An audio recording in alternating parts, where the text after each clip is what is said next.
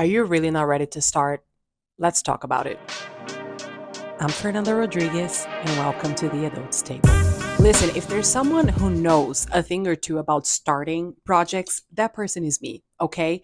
Ever since I'm 10 years old, I've had my own projects. I used to sell this Brazilian candy called Brigadeiro, this Brazilian dessert, I should say, when I was about 10 years old. At 15, I used to sell website designs.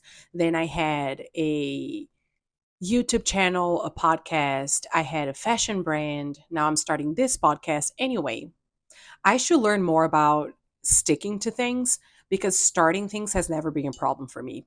And the more projects I've had, the more I've realized that some of the things that keep us from starting are actually BS. And other things that keep us from starting are things that we don't talk about enough.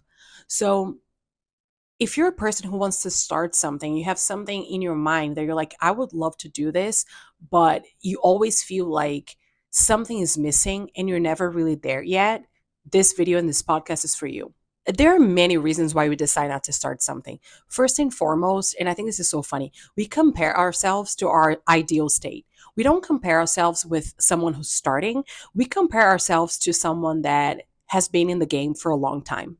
So we look at what they're doing and we look at what we're capable of doing right now. And there's obviously a massive gap between these two things and these two people. So when you compare yourself to your future state, you don't do anything.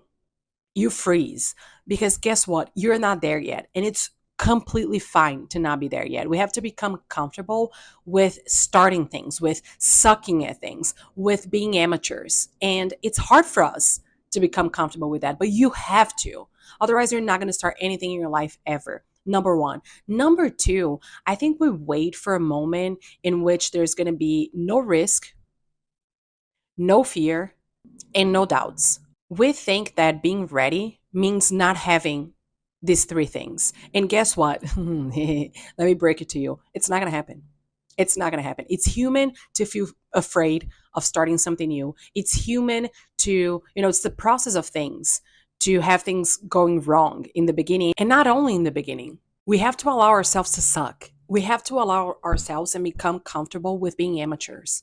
It's fine. Everyone goes through it. So start to feel comfortable with it. Now, there are some reasons why we create resistance when starting things, other than, feeling like it's not the perfect moment, it's not the perfect time, it's not the right time, I don't have everything that I need. Or anyway, there are underlying factors that keep us from starting things. And we have to become aware of these things because they're going to show up on a regular basis. And when they do, you have to be able to handle them and deal with them and act in spite of them. Okay. There's a book that I really like that's called The War of Art. It's not the art of war, it's the war of art. And in that book, the author talks about points of resistance that keeps us from starting a creative work. Now, it doesn't have to be creative as where you're thinking right now. It doesn't have to be artistic, if you know what I mean. But any project, anything that you create is therefore creative, okay? So anything you want to start, you're going to find points of resistance keeping you from starting that, and become aware of those things as soon as possible. If you don't, here's what's going to happen.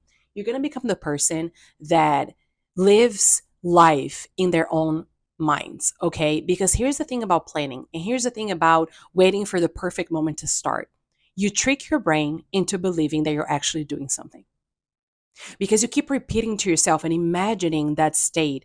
You're imagining yourself doing that thing over and over again, but you don't come to reality, you don't come to life to actually get it done. Your brain still thinks that you're doing it because you think about it so much, and you become the frustrated adult who's always like, oh, but it's not the right time yet. And you start blaming other things, you start blaming God. You're like, I'm gonna wait for God's time. Bro, believe me when I say that God is holding you by the hand right now saying, my love, my princess, please do something. I'm down to work with you and I will work with you, but I need you to go out there and do something and start. Okay? Don't skip the planning process. The fact that it takes time for you to mature an idea, for you to even have perspective to do something that you want. So I'm not saying that things don't take time, they do. But be careful not to become the person who only plans their whole life and that lives life in the idea of what life could be. Come to reality, okay? That being said, and going back to the points of resistance, this book, the War of Art, it shows it and it brings to your attention different points of resistance other than perfectionism, which everyone knows about, other than fear of failure. Okay, let's talk about fear of failure in a second. But this book made me realize that we're also afraid of success. And we have to keep that in mind. We have to have that very, very clear because when we talk about the fear of starting, we talk about the fear of failure. Everyone knows about this, the fear of rejection, the fear of trying and having people see you try, the fear of putting yourself out there, investing your time, your money, your energy, and that thing not working out. So, yeah, it's scary. Yeah, it's scary to be rejected. Yeah, it's scary to look like a fool while trying it. And yeah, it sucks. Now, there's also the fear of success. So, if you get everything that you want, and I'm telling you right now, learn this about yourself. It's not because you consciously want something that subconsciously you also want that thing. Because getting that thing might mean things that you don't want to face. So for example, if you do become successful at what it is that you're doing, who do you have to say goodbye to? To what do you have to say goodbye to? To whom? Like you have to think about these things because yeah, guess what? Maybe if you become successful, maybe you're gonna have to move cities. And if you're the person who feels guilty about living away from your parents because somehow you think that it's your responsibility to take care of them, then you're gonna have to face that fear and that guilt. Do you want to do that? So you have to ask yourself, who am I gonna have to say goodbye to, or what am I gonna say have to say goodbye to if I become successful? Or who am I betraying in my head deep down? Who do I think I'm betraying by achieving success? If you're a person that you grew up and you didn't have a lot of money, and you grew up thinking that, for example, or hearing that people that do have a lot of money, they're superficial, they're, whatever, negative associations to money, then you're going to think deep down that having money is bad. You're going to think that you're going to be betraying your family if you do have money. So you have to start challenging yourself and asking yourself these questions when you think about the success that you want to have, whatever success means to you, okay? But my point here is we also fear success. Also, we don't even have to go that deep. Your life changes completely. All right, once you start achieving what you want. And although that comes with beautiful things, it also comes with the fact that everything that you've known so far is going to change.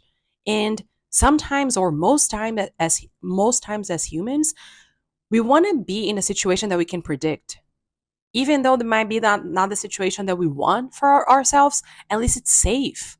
So you have to start thinking of these things when you start thinking about success and about starting something. So again, highly recommend the book War of Art.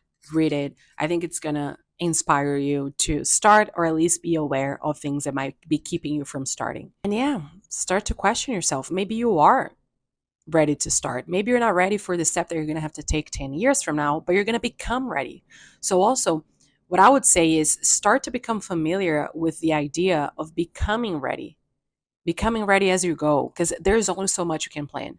For those things, yes, do it. Take calculated risks. Again, I'm not saying you should skip the planning. I'm not saying that you should take crazy risks. That's not what I'm saying. I'm simply saying that maybe starting is more realistic than you think. And maybe it's now, So challenge yourself. Start thinking that you might be ready to start.